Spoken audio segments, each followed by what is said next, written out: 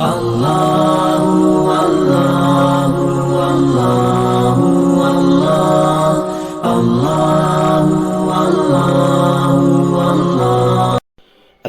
علیکم ورحمت اللہ وبرکاتہ۔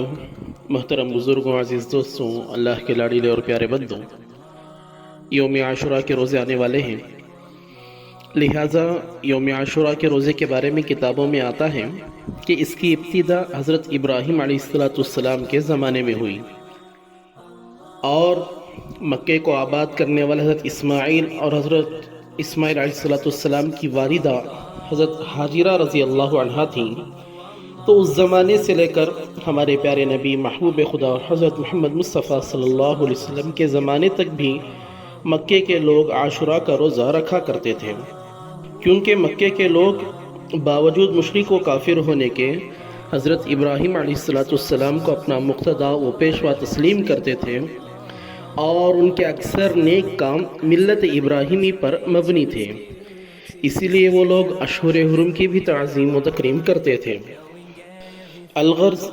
بخاری شریف میں امی عائشہ صدیقہ رضی اللہ عنہا سے مروی ہے کہ خود نبی کریم صلی اللہ علیہ وسلم نبوت ملنے سے پہلے بھی یوم عاشوراء یعنی 10 محرم الحرام کا روزہ رکھا کرتے تھے،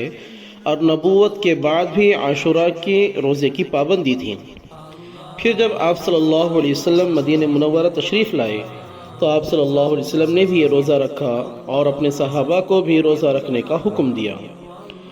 اور دیکھا کہ یہودی بھی اس دن کا روزہ رکھتے ہیں، تو آپ صلی اللہ علیہ وسلم نے ان سے وجہ دریافت کی، تو یہود نے کہا کہ عاشوراء کے دن اللہ رب العزت نے حضرت موسیٰ علیہ السلام اور بنی اسرائیل کو فرعون اور اس کے ظالم لشکر سے نجات عطا فرمائی تھی۔ فرعون اور اس کا لشکر ناکام ہوا اور حضرت موسیٰ علیہ السلام کو فتح نصیب ہوئی، تو اس پر حضرت موسیٰ علیہ السلام نے شکر کے طور پر روزہ رکھا تھا۔ تو ہم یہود بھی اس دن کا روزہ رکھتے ہیں۔ تو ہمارے پیارے آقا حضرت محمد مصطفیٰ صلی اللہ علیہ وسلم نے فرمایا کہ تم سے زیادہ قریب موسیٰ علیہ السلام سے ہم ہیں، تو ہم اس بات کے تم سے زیادہ حقدار ہیں کہ ہم اس دن کا روزہ رکھیں۔ البتہ نبی کریم صلی اللہ علیہ وسلم نے اس میں اتنی ترمیم فرمائی کہ یہود ایک دن کا روزہ رکھتے ہیں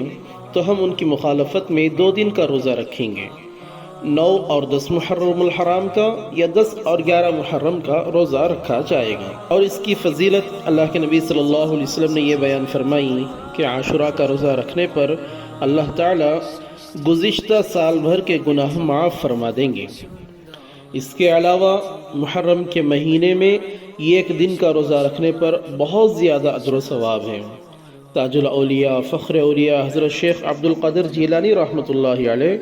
اپنی کتاب غنیۃ الطالبین میں ایک حدیث نقل کرتے ہیں کہ جو کوئی بھی محرم میں ایک دن کا روزہ رکھے گا اس کو اللہ رب العزت 30 دن روزہ رکھنے کے برابر اجر و ثواب عطا فرمائیں گے۔ یہاں تک تو روزوں کی فضیلت اور اس کی تاریخ ہو گئی۔ ان سب کے بعد اب یہ سن لیں کہ قرآن و حدیث کی روشنی میں عاشوراء کے دن کرنے کے یہ کچھ کام ہیں۔ پہلا کام یہ ہے کہ روزہ رکھیں، اور اس کی ترتیب حافظ ابن حجر رحمت اللہ علیہ نے فتح الباری کے اندر یوں نقل فرمائی ہے کہ افضل تو یہ ہے کہ 3 دن 9 محرم، 10 اور 11 تاریخ کا روزہ رکھیں، اور اگر یہ نہ ہو سکے تو دوسرا درجہ یہ ہے کہ 2 دن یعنی 9 اور 10 محرم یا 10 اور 11 محرم کا روزہ رکھیں۔ اگر یہ بھی نہ ہو سکے تو آخری درجہ فرمایا کہ کم سے کم 10 محرم الحرام یعنی عاشورے کا دن کا روزہ رکھ لیں۔ دوسرا کام یہ ہے کہ عاشوراء کے دن اپنے اہل و عیال کے خرچے میں وسعت کریں، یعنی کھانے کھلانے میں روزانہ کے مقابلے میں تھوڑا زیادہ خرچ کریں۔ اس کی فضیلت یہ بیان فرمائی ہے کہ اس کی برکت سے اللہ تعالیٰ سارے سال میں اس شخص کے روزی میں، اس شخص کے رزق میں اللہ رب العزت وسعت عطا فرمائیں گے۔ اور تیسرا کام یہ ہے کہ عاشوراء کے دن خصوصاً اور دوسرے دنوں میں بھی عموماً کچھ قرآن مجید پڑھ کر اور کچھ ذکر و اذکار کر کے شہداء کربلا کے لیے ایصال ثواب فرمائیں۔ اللہ رب العزت سے دعا ہے کہ اللہ ہم سب کو عمل کی توفیق عطا فرمائے، آمین۔ وآخر دعوانا ان الحمد للہ رب العالمین۔